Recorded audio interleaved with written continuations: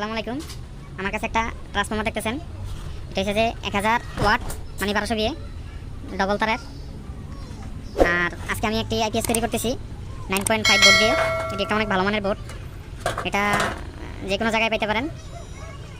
আর খুবই একটি ভালো বোর্ড। আজকে আমি এই 9.5 দিয়ে আজকে একটি আইপিএস তৈরি করব। আর এই যে দেখতে পাচ্ছেন যে ফেড বোর্ড আমার কাছে 150 এর সবগুলো মাল আমি নিজে মনে করেন লাগাইছি। আর এখানে যে লাইনগুলো দেখতে পাচ্ছেন এগুলো কিন্তু সোল্ডারিং করা ছাড়া কিন্তু হবে না। অনেকজন তো এখানে এইভাবে সোল্ডারিং করে দিয়ে দেয় জাস্ট ফেটগুলো জ্বালাই করে, কিন্তু আপনার এই যে এখানে যে ইয়েগুলো লেজারগুলো এখানে কিন্তু অবশ্যই মোটা করে রাং জ্বালাই করতে হবে, নাহলে লোডে ফলে এই ইয়েগুলো পুড়ে যেতে পারে। আর সেম কিন্তু আপনার এই জায়গার মাধ্যমে যত জায়গার মধ্যে দেখতেছেন যে এরকম লালভাবে লেজার করা আছে এগুলো সবগুলো কিন্তু আপনারা ভালো করে যদি আইপিএস তৈরি করেন ভালো করে আপনার সোল্ডারিং করে দিবেন, নাহলে এগুলো পিনগুলো জ্বলে যায়। ঠিক আছে। আর সম্পূর্ণ মনে করেন আইপিএসটি পুরোপুরি তৈরি করা হবে। আর আমার সাথেই থাকুন, ধন্যবাদ। তো এখন আমার যে বোর্ডের যে সোল্ডারিং করা দরকার ছিল যেগুলো করতে হবে এগুলো আমার করা শেষ।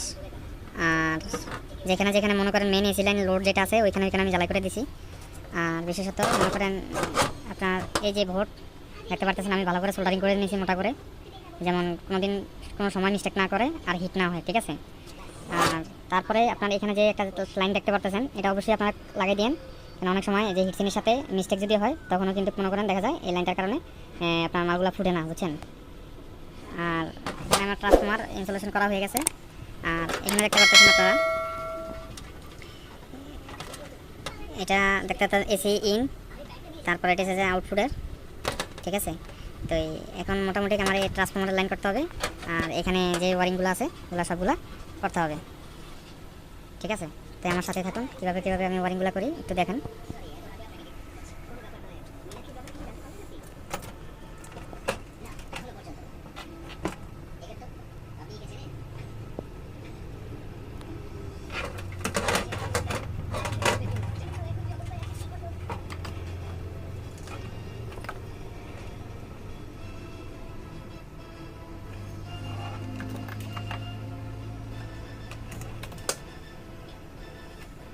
এই যে এখানে লেখা আছে এই যে এল ইন,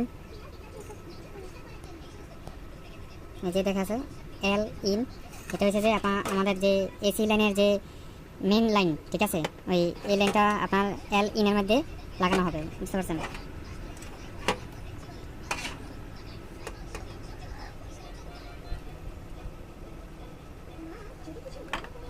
তারপরে আমার সেকেন্ড যে লাইনটা,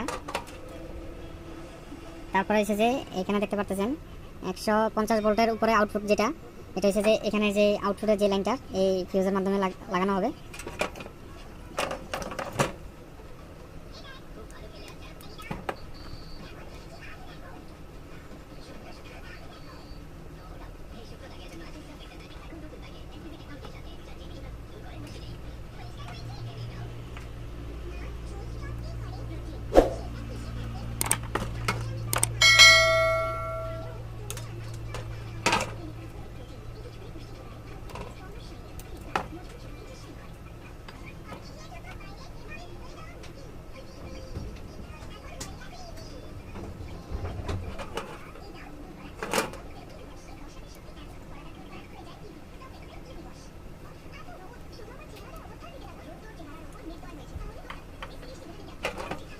তারপরে আমার লাইন যেটা বাকি আছে এটা হচ্ছে যে আপনার 150 ভোল্ট যেটা চার্জিংয়ের, তারপর একটা হচ্ছে যে 265 ভোল্ট যেটা 200 এদিকে দেখেন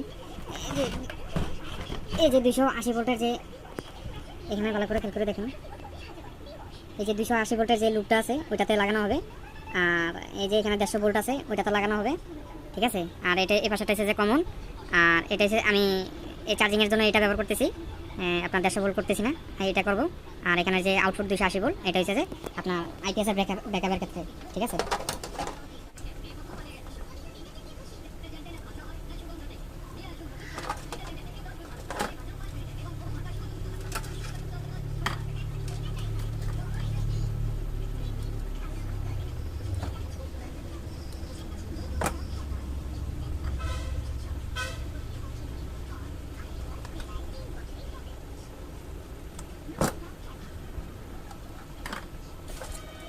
এখন আমি মনে করেন 265 ভোল্ট যেটা, এটারও লাইন লাগাই ফেলছি। তারপরে এখানে 150 ভোল্ট যেটা চার্জিং, এটারও লাইন লাগাই ফেলছি। মাঝখানের যে এ আপনার CAP, ঠিক আছে, এটা ক্যাপাসিটার। প্রয়োজন যদি লাগে তাহলে আমি ক্যাপাসিটার কালেকশন করবো, আর যদি না লাগে তাহলে আমার কোনো দরকার নেই, ঠিক আছে। তো যাই হোক, আমাদের সাথেই থাকুন। আর এখন আমি মনে করেন এই যে ট্রান্সফর্মারটা দেখতেছেন, যে ট্রান্সফর্মারটা এটা এখানে বডিতে ফিটিং করবো, আমাদের সাথেই থাকুন। এই যে দেখতে পাচ্ছেন যে আমার ট্রান্সফর্মার ফিটিং কমপ্লিট। এখন আমি যে কমন লাইন আছে নিউট্রাল, এটা আমি এখানে কানেক্ট করব। দেখতে পাচ্ছেন কানেক্ট হয়ে গেছে।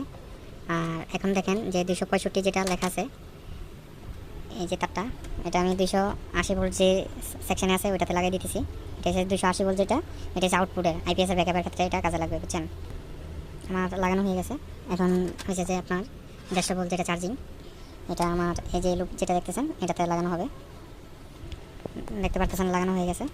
আর এখানে আমি আপনাদেরকে দেখাই, এটা হচ্ছে যে স্টার্টিংয়ের ট্রান্সফর্মার 9 ভোল্ট 9 ভোল্ট, এই যে দুটো টার্মিনাল আছে, এই দুটো টার্মিনাল লাগাইতে হবে।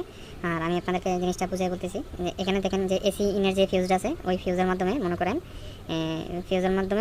ঘুরে আসা এই সুইচের মাধ্যমে লাগছে। আবার এই সুইচের থেকে একটা সুইচিং করে এই ট্রান্সফর্মার মাধ্যমে লাইন দিয়েছে। আর এই সুইচটা অন অফ করলে মনে করেন এখানে পুরোপুরি মনে করেন কারেন্ট অফ হয়ে যাবে, আর এখানে সুইচ দিলে কারেন্ট অন হবে। আবার অনেকজনের তো মনে করেন এখানে যে তারটা আছে ওই তারটাকে সুইচে দিয়ে দেয়, আর তারপরে এই সুইচের থেকে মনে করেন ফিউজের থেকে একটা বোর্ডে দেয়। তবে এই জিনিসটা করবেন না, নয়তো অল্প দিনে এই সুইচটা নষ্ট হয়ে যাবে, বুঝছেন। এইটার মাধ্যমে যদি কাজ করেন তাহলে ইনশাল্লাহ কোনো সমস্যা হবে না। তার আমার এখন বর্তমানে বাকি রইল যে আপনার এই যে এখানে হাজার যে লাইনগুলো, তারপরে এখানে আপনার 18 ভোল্ট আইপিএস, তারপরে 15 ভোল্ট, ঠিক আছে। 15 ভোল্ট যেটা, এটা হচ্ছে যে এই লাইনটা, এখানে যে লাইনটা আছে এই লাইনটা সংযোগ করতে হবে, ঠিক আছে। তারপরে মনে করেন আর আমার যে ফিডবোর্ড দেখতে পাচ্ছেন, এই ফিডবোর্ডের মধ্যে কিন্তু লাইন লাগাইতে হবে, বুঝতে পারছেন। আর এখানে যে আপনার কমন হাস, তারপরে ওভারলোড, তারপর ফ্যান, তারপর B+, এটা মানে ব্যাটারির পজিটিভের থেকে লাইন সরাসরি এখানে চলে আসবে। তাই আমি এখন সর্বপ্রথম এই যে এগুলো লাইনগুলো আমি ফিডবোর্ডের সাথে মিলাই লাগাবো। আর তবে মিলাই লাগাই দিবেন, আর যেমন লাইন যেমন মিস্টেক না হয়। আর ফ্যানের যে ফ্যানের কালেকশনও দেওয়া হবে, ঠিক আছে। আর আমি এই কাজগুলো করে আপনাদেরকে দেখাইতেছি, সাথে থাকুন। আমার কিন্তু এখন ওয়ারিং করা শেষ হয়ে গেছে। আমি আপনাদের বলি, বিশেষত ফ্যানের লাইন দিয়ে শুরু করি। এই যে এখানে ফ্যানের লাইন দেখতেছেন, ফ্যানের লাইন লাগিয়ে দিলে কিন্তু হবে না। এখানে আরেকটি কাজ আছে, যে এখানে ফ্যান লেখা আছে, ফ্যানের সাথে তারপরে এখানে যে নেগেটিভ আছে ওইটা শর্ট করে দিবেন। শর্ট করে দিলে আপনার এখানে যে ট্রানজিস্টরটা সুইচিং হবে, তখন এটা কাজ করবে। আর এখানে ফ্যানের লাইনটা এখানে লাগাবেন, আর এখানে শর্ট করে দিবেন। এই যে ফ্যান যেটা লেখা আছে FAN, ঠিক আছে। এই ফ্যানের লাগে যেটা ওভারলোড, এটা মনে করেন মূলত গ্রাউন্ড, ঠিক আছে। আর এই পাশে শর্ট করে দিলে আপনার হবে, আর কোনো সমস্যা হবে না ইনশাল্লাহ। আর বিশেষত মনে করেন এখানে এই হাজ ভোল্টেজ, তারপরে আপনার ওভারলোড, তারপরে গ্রাউন্ড, ফিডবোর্ডের সাথে যে লেখা আছে ওই লেখাতে আপনারা লাগাবেন, যেমন এটা মিস্টেক না হয়, ঠিক আছে। তাই যেমন মনে করেন ভুল না হয়, এখানে যা লেখা থাকবে এই আপনার যে জিনিসটা লেখা থাকবে ওই জিনিসটা ওই অনুযায়ী লাগাবেন, ঠিক আছে। তারপরে আমি দেখাই আপনাদেরকে সেকেন্ড যে ইয়াটা, এখানে দেখতে পারতেছেন 18 ভোল্ট স্টার্ট। তারপরে যেটা দেখতে পারতেছেন এটা হচ্ছে সুইচ। এই যে সুইচের লাইনটা আমি আপাতত আপনারা বোঝার জন্য ডাইরেক্ট শর্ট করে দিলাম, এটা পুরোপুরি শর্ট করে দিছি। আর তারপর একটা হচ্ছে যে কন্ট্রোলিং 15 ভোল্ট, যেটা 18 ভোল্ট বলে, এটা ডাইরেক্ট আপনার এই যে লেখা আছে এই পাশে, এই যে 15 ভোল্ট লেখা আছে, তারপর 18 ভোল্ট যেটা, এটা হচ্ছে যে স্টার্টিং।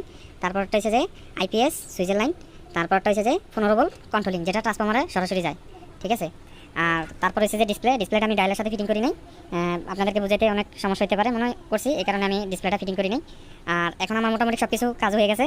আর আমি এখন একটা চার্জারের মাধ্যমে এখানে যে দুটোটা ড্রাইভ, আমি এটা দুটোটা ড্রাইভ চেক দেবো যে দুটোটার হাজ ভোল্টেজ একুরেটভাবে বাড়িতেছে নাকি, দুটোটা একই রকম বাড়িতেছে নি। আর যদি না বাড়ায় তাহলে এই লাইনগুলো লাগানো যাবে না। আর বিশেষত আমি সবসময় এই লাইনগুলো খুলে রেখে কিন্তু আমি ড্রাইভ মাফি, আর এভাবে লাগাইয়া যদি কোনো ধরনের ফল থাকে তাহলে সমস্যা হতে পারে, ঠিক আছে।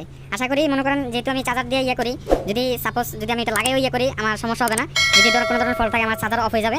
আর যদি ব্যাটারির মধ্যে যদি কালেকশন দিয়ে যদি আমি এটা লাগাই চেক করি, কোনো ধরনের যদি ফল থাকে তাহলে কিন্তু আমার হেডগুলো ফুটে যেতে পারে, কিংবা বিভিন্ন একটা সমস্যা হতে পারে। এর কারণে আমি চার্জার সবসময় ব্যবহার করি। চার্জার এটা একটা 12 ভোল্টের চার্জার। আর এই লাইনগুলো আমি খুলে এখন আমি মনে করেন লাইন দিতেছি, লাইন দিয়ে এটা ভালো করে চেক করবো।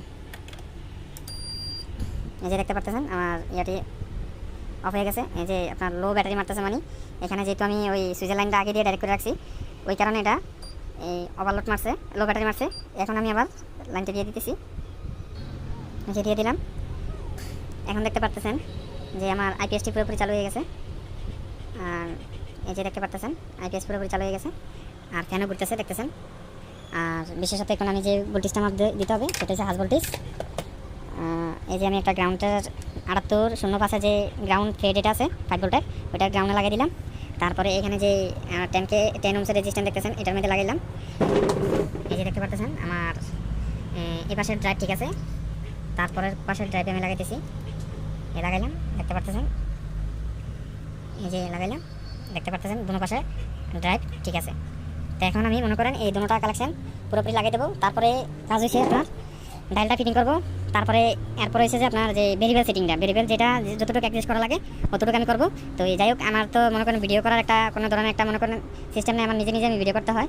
তো আমি কমপ্লিট সবগুলো ফিটিং করে তারপর আমি আপনাদেরকে বাদবাকি ভিডিওটা দেখাইতেছি। দেখতে পারতেছেন যে আমার ডায়ালটা ফিটিং হয়ে গেছে। তারপরে এখানে হিটসিনগুলো লাইন লাগাই ফেলছি। তারপর আমি আপনাদেরকে বলে দিই কোন কোন ভেরিয়েবলে কী কী কাজ, একটু ভালো করে দেখুন। এটা হচ্ছে PWM আউটপুট, যেটা আমাদের আউটপুট ভোল্টেজ।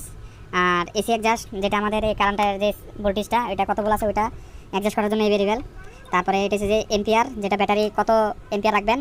আর তারপরে হচ্ছে যে এখানে দেখতে পাচ্ছেন যে ওভারলোড, ঠিক আছে, এটা কত ওয়াটের আইপিএস বানাইতেছেন এটা সেটিং করার জন্য এই ভেরিয়েবল। আর এটা হচ্ছে ডিসি অ্যাডজাস্ট, যে লো ব্যাটারি এরপরে ফুল চার্জ কাট এই ভেরিয়েবলের মাধ্যমে ডিসি অ্যাডজাস্ট। তো আমি সর্বপ্রথম ডিসি অ্যাডজাস্ট থেকে শুরু করবো। তো এই সর্বপ্রথম আমি সুইচটি দিয়ে দিলাম।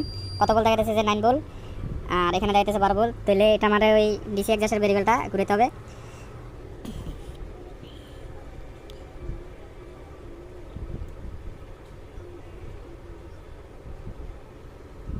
এখানে দেখাইতেছে 12.13, তাই আমি 12.1 রাখবো।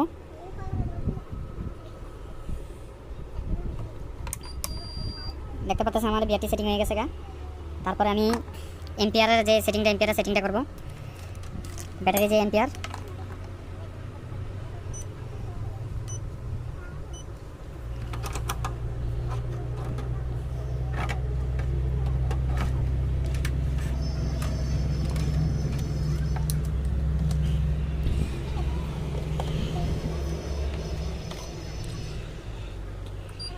দেখতে পাচ্ছেন যে আমার ব্যাটারিটা চার্জিংয়ে পড়ছে, এম্পিয়ার এখনও ওঠে নাই।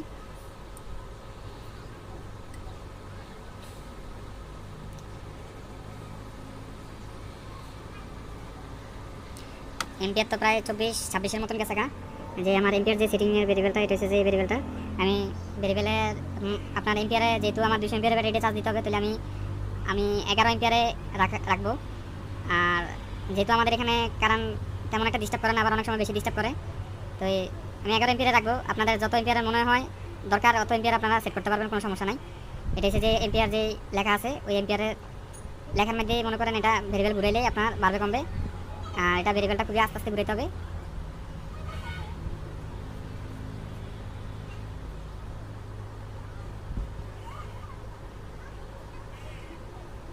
আমি 11 এম্পিয়ারে সেট করে দিলাম। এই যে এম্পিয়ার যেটা লেখা ছিল এই ভেরিয়েবলটা আমার সেটিং করা লাগছে, এটা হচ্ছে যে এম্পিয়ারে আমি 11 এম্পিয়ারে রেখে দিলাম।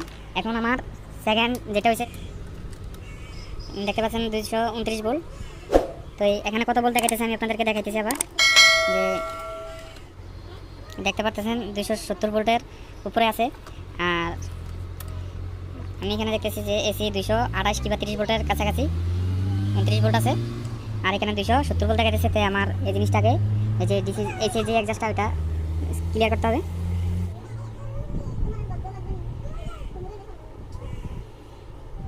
যে 229 ভোল্ট রেখে দিলাম। তো এই যে 229 ভোল্ট, 30 ভোল্ট, 29 ভোল্ট, কোনো সমস্যা নেই। আমার এখন বর্তমানে সবগুলো ভেরিয়েবল সেটিং করা হয়ে গেছে। আর আমার আইপিএসের কাজগুলো যদি আপনাদের ভালো লাগে তাহলে অবশ্যই আমার ভিডিওতে একটা লাইক দিবেন, শেয়ার করবেন, চ্যানেলটা সাবস্ক্রাইব করবেন।